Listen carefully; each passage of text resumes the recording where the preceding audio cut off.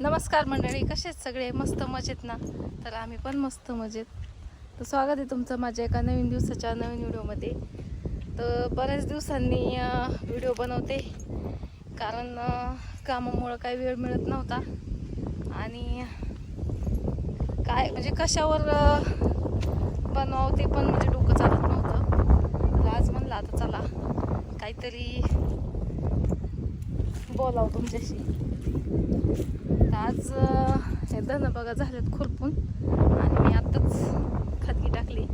आता पाणी चालू करायचे आणि इकडं पाठीमाग मेथी म्हणजे आधी टाकलेली, तर ती मेथी त्याच्यावर आता पाणी चालू आहे. कारण की संध्याकाळच एक 4:30-5च्या दरम्यान पाणी चालू करावं लागतं ना त्याच्यावर.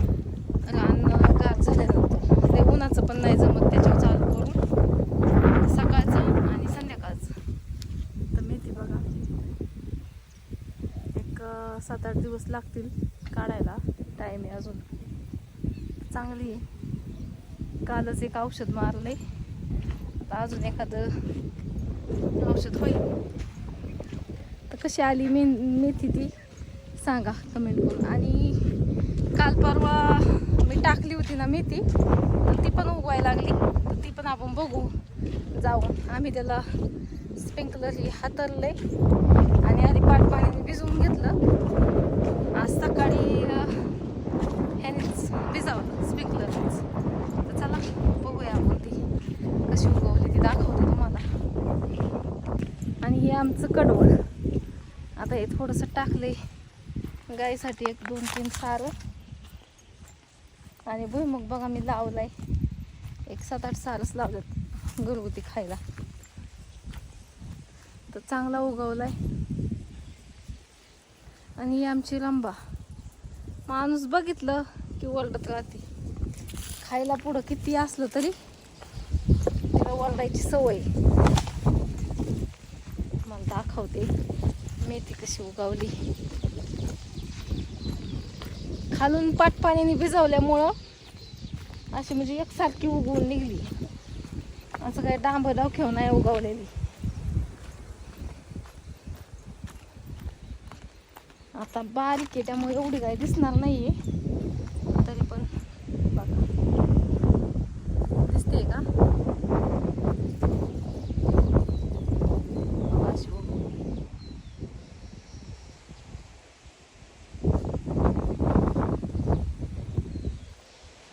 असं सगळं म्हणजे सगळीकडे एक अशी एकसारखीच उगवली, कुठं काय राहिलं नाही म्हणजे उगवायला. तसं तिकडं पहिली टाकलेली जरा मागं पुढं झाली उगवाय, पण चांगली आली मागची पण ओढून. आता इकडे बी बघा तुम्ही, दिसतं का नाही थोडं थोडं हिरवं. म्हणजे अजून निघते 2 पानं आत्ताशी, म्हणजे असं ह्याच्यातून मातीतून निघलंयच बाहेर. इथला वाल बंद करावा लागेल. कोथमीर चालू करायचे, खत टाकले ना आता. आणि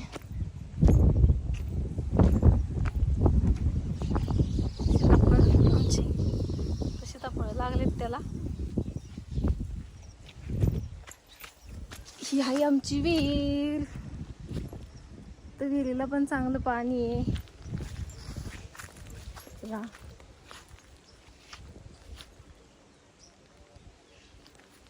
चला आजच्या पुरता एवढाच व्हिडिओ.